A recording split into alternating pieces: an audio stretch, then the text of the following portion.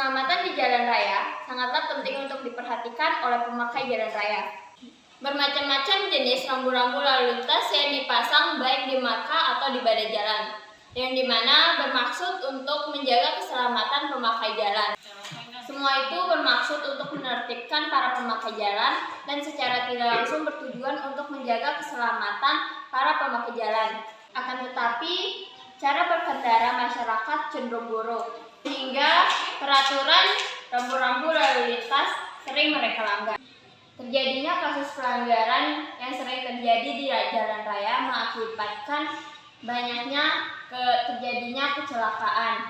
Kekurangnya kedisiplinan para pengguna jalan mengakibatkan timbulnya kecelakaan. Hal ini diakibatkan karena kurangnya kesadaran masyarakat sehingga berakibat fatal bagi pengguna jalan yang lain. Adapun rumusan masalah dari penelitian ini yaitu bagaimana peran masyarakat dalam mencegah atau meminimalisir terjadinya pelanggaran rambu-rambu lalu lintas adalah bagian dari perlengkapan jalan yang memuat lambang, huruf, angka, dan bagian diantaranya yang saling berhubungan. Rambu lalu lintas ini bertujuan untuk memberi peringatan, memberi larangan, petunjuk, serta arah kepada pemakai jalan. Menurut Purwardaminta dalam Kamus Umum Bahasa Indonesia menyatakan bahwa rambu lalu lintas adalah bagian dari bolak-balik, hilir mudik, dan menyatakan dari hubungan dari suatu tempat ke tempat lainnya. Pelanggaran lalu lintas didefinisikan sebagai pelanggaran yang terjadi di lalu lintas, khususnya di jalan raya. Dalam ranah hukum, pelanggaran lalu lintas termasuk ke dalam hukum pidana yang diatur dalam Undang-Undang Nomor 14 Tahun 1992. Faktor utama pelanggaran lalu lintas yaitu minimnya pengetahuan soal aturan, kurangnya kesadaran untuk mencari tahu arti dari lambang rambu lalu lintas. Rambu dan peraturan yang berlaku membuat terjadinya pelanggaran yang terjadi secara berulang-ulang. Jenis pelanggaran lalu lintas yang kerap terjadi. 1. Mengendarai motor di atas trotoar. 2. Pengendara motor yang tidak memakai helm. 3. Memainkan HP di saat berkendara. 4. Tidak menyalakan lampu utama di saat berkendara di waktu malam. 5. Melanggar alat pemberi isyarat lalu lintas atau apil.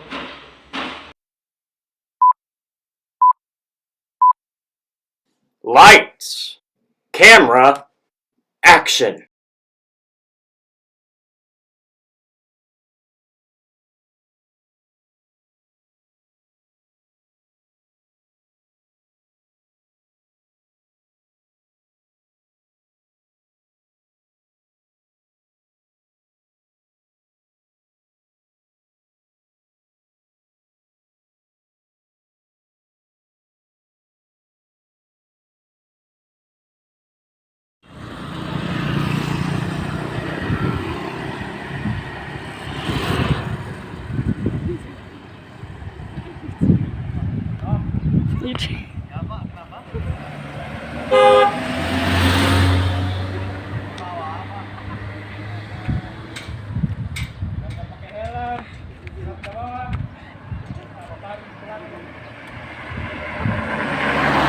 Pelanggaran berlalu lintas, minimnya pengetahuan soal aturan berlalu lintas dan kurangnya kesadaran masyarakat terhadap pentingnya kesadaran dalam berlalu lintas dan banyak pengendara yang menurunkan penumpang di sembarangan jalan. Solusi ditangkap dari pelanggaran rambu lalu lintas.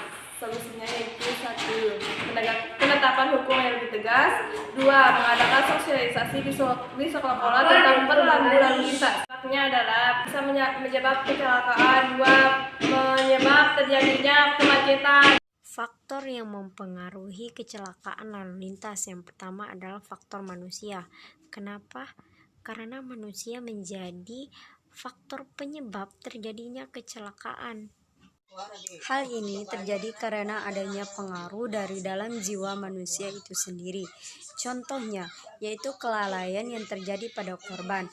Kelalaian yang sering ia lakukan adalah tidak memperhatikan kondisi sekeliling dari jalan raya yang akan dia lalui. Yang kedua, berjalan terlalu tengah sehingga memicu tabrakan atau kecelakaan.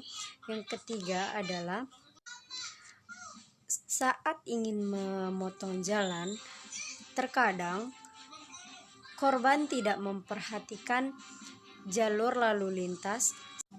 Faktor kedua yaitu di mana kelalaian yang terjadi pada pengemudi, di mana pengemudi terkadang mengendarai kendaraannya saat keadaan mengantuk ataupun mabuk, dan juga saat ingin membelok terkadang tidak memberikan isyarat kepada pengendara lain, serta terkadang lupa untuk menyalakan lampu. Faktor ketiga adalah faktor sarana dan prasarana, di mana faktor ini dapat memicu karena jalan raya yang kurang baik ataupun berlubang, serta rambu-rambu lalu lintas yang belum terpasang, ataupun lampu jalan yang kurang baik ataupun sudah mati sehingga memicunya kecelakaan yang terjadi di jalan raya. Faktor keempat adalah faktor lingkungan, di mana faktor ini bisa disebabkan saat keadaan iklim yang sangat buruk atau kurang baik. Contohnya yaitu saat hujan deras, itu dapat memicu terjadinya kecelakaan, di mana terkadang pohon-pohon yang berada di samping jalan dapat runtuh dan menimpa korban atau pengendara. Beberapa upaya yang dapat dilakukan untuk menanggulangi terjadinya kecelakaan. Yang pertama adalah upaya preemptif. Upaya ini adalah upaya awal yang dilakukan oleh pihak kepolisian terhadap seseorang untuk menanggulangi atau mencegah terjadinya kecelakaan, di mana pihak polisi biasanya memberikan arahan atau nilai-nilai yang akan menjadi pedoman seseorang dalam berkendara. Yang kedua adalah upaya preventif. Upaya ini adalah upaya pencegahan atau menekankan pada upaya menghilangkan kesempatan untuk melakukan tindak kejahatan atau pelanggaran. Nah, upaya ini biasanya dia dilakukan oleh aparat keamanan untuk mendapatkan perubahan-perubahan positif. Upaya preventif contohnya pemberian rambu-rambu lalu lintas. Yang terakhir adalah upaya represif atau penindakan. Nah, di sini adalah upaya terakhir yang dilakukan oleh pihak kepolisian, di mana pihak kepolisian menindaklanjuti pelanggaran tersebut sesuai dengan hukum atau sesuai dengan undang-undang yang berlaku di Indonesia. Dengan ini akan menimbulkan efek jerah terhadap pelanggar lalu lintas dan tidak akan mengulanginya kembali. Permasalahan mental manusia menjadi salah satu faktor yang perlu diperhatikan dalam upaya memperbaiki kondisi lalu lintas. Beberapa upaya tersebut, yang pertama pendidikan dini tentang lalu lintas. Contoh syarat usia untuk berkendara. Yang kedua adalah safety reading. Safety reading adalah bentuk perilaku seseorang dalam mengendarai kendaraan dengan baik dan benar. Upaya yang ketiga adalah upaya pengawal regulasi. Nah, di sini terdapat tiga sudut pandang. Yang pertama adalah sudut pandang penegak hukum, di mana penegak hukum menerapkan peraturan terhadap siapapun dengan adil. Sudut pandang kedua yaitu tidak mengedepankan kedudukan, di mana jika kita memiliki kedudukan atau jabatan, kita berpikir dapat melakukan pelanggaran dengan bebas karena dilindungi oleh jabatan. Dan yang terakhir adalah sudut pandang di mana semua pengguna jalan raya harus menyadari bahwa sekecil apapun pelanggaran yang akan dilakukan akan membawa risiko terhadap orang lain. Solusi yang terakhir adalah pembudayaan lalu lintas. Nah, hal ini dapat terjadi jika semua pengguna jalan raya memiliki pandangan yang sama tentang peraturan perundang-undangan. Pembudayaan lalu lintas akan memberikan dampak positif terhadap pengendara. Nah, di mana pelanggaran mulai berkurang dan akan menjadi pedoman bagi setiap pengendara untuk menerapkan perundang-undangan tentang berlalu lintas, baik diawasi maupun tidak diawasi.